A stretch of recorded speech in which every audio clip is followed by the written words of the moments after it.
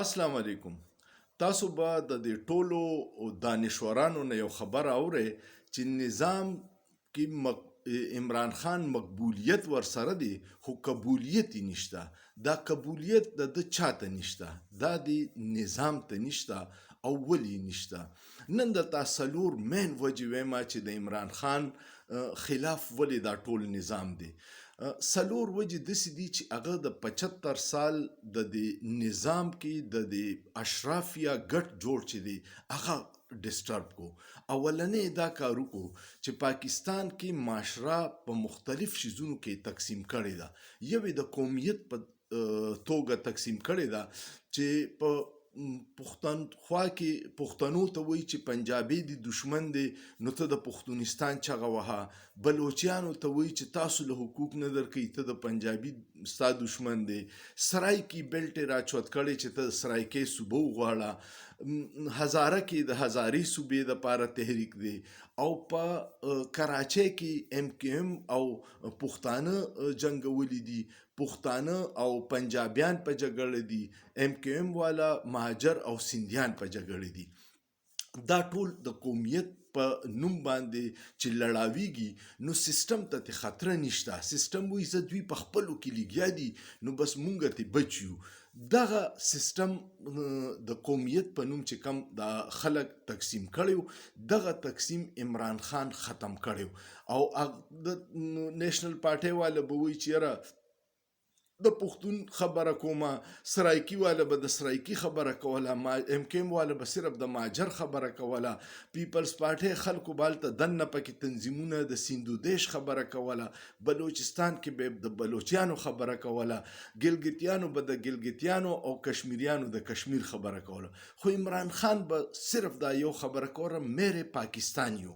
هغه چرې دانې دی ویلي چې زما پښتنو، زما پنجابیانو، زما سرایکیانو، یا زما کشمیریانو، یا زما ګلګتیانو، یا زما سندیانو، هغه همیشه ویلي میرے پاکستان یو.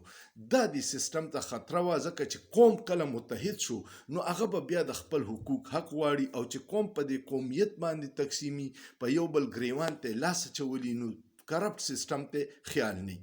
دویمې تقسیم کړی دی د مذهب په نوم باندې. ته د مذهبي پارټیانې وګوره، څوک شیعه دی، څوک سني دی، څوک بریلوي دی، څوک اهل حدیث دی، لبیک والا پکې بیل دي او دغه ټولې په یو بل کې اچولي دي. څوک هم هغه قرآن کې الله پاک فرمایلی دي چې میری رسی کو مضبوطی سے پکړو. دا د دین لاره ده. خو دا کم فرقې چې دي دوی صرف د خپلې فرقې پړې مضبوط نیولې دي، د اسلام پړې نه دي نیولې.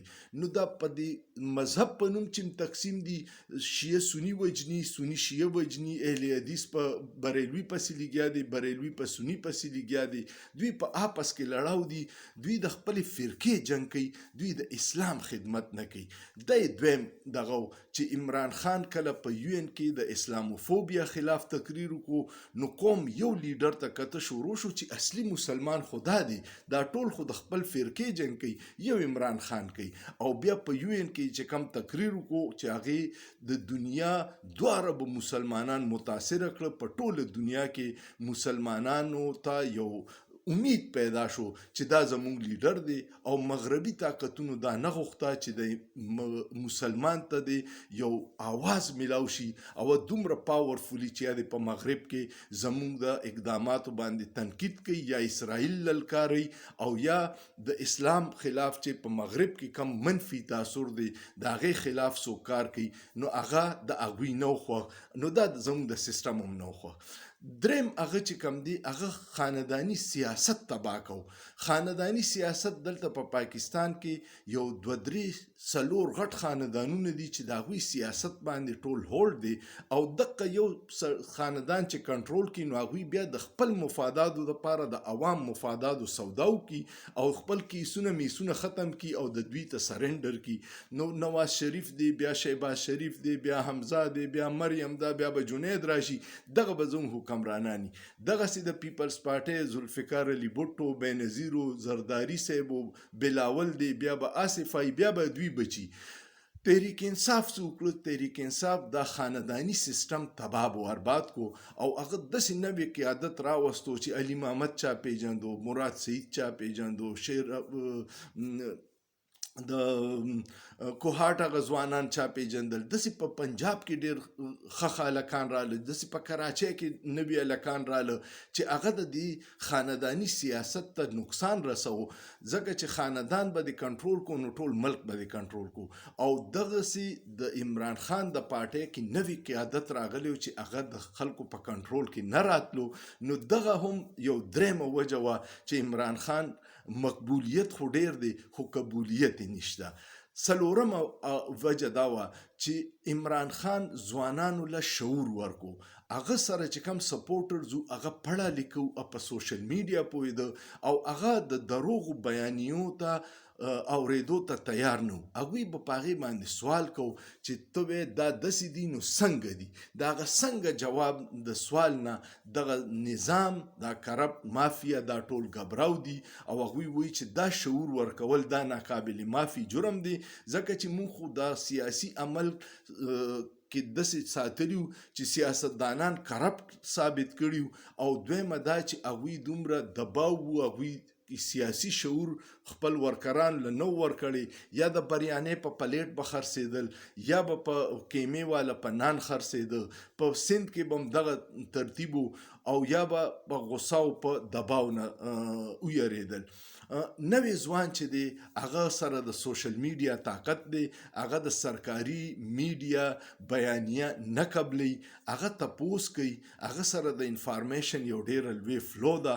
نو دا د عمران خان څلورم جرم دی چې هغه عوام له داسې شعور ورکو چې هغه اوس بې کابو دي او دوی خو ټول د یسر منونکي خلک وو، نو هغه بې کابو شعور چې کم دی، کم چې د خپل وطن سره ناروا مینه کوي او هغه دا سوچ کوي چې 75 سال زمونږ دا ملک زمونږ نه په خطې کې ډېر ملکونه مخکې لاړه، زمونږ ملک ولې وروسته دی. نو دا دانشوران چې کله وایي چې د عمران خان مقبولیت خو ډېر دی خو قبولیت یې نشته، نو قبولیت یې په دې څلور وجې نه چې هغه قومیت والا سیاست تباه کو، د پاکستانیت سیاست یې شروع کو، ځکه چې په 75 سال کې مونږه پاکستانی نشو، نو هغه د خیبر نواله د کراچۍ پورې او د بولان نواله د ګلګته پورې صرف د پاکستانیت پرچار کړی دی. دویمې د مذهبي پارټیانې هم ټولې یتیمانانې کړې وې، کم چې د مذهب د نفرت د فرقو د نفرت په بیس سیاست کو او هغه عمران خان یو اسلام ته راوسته.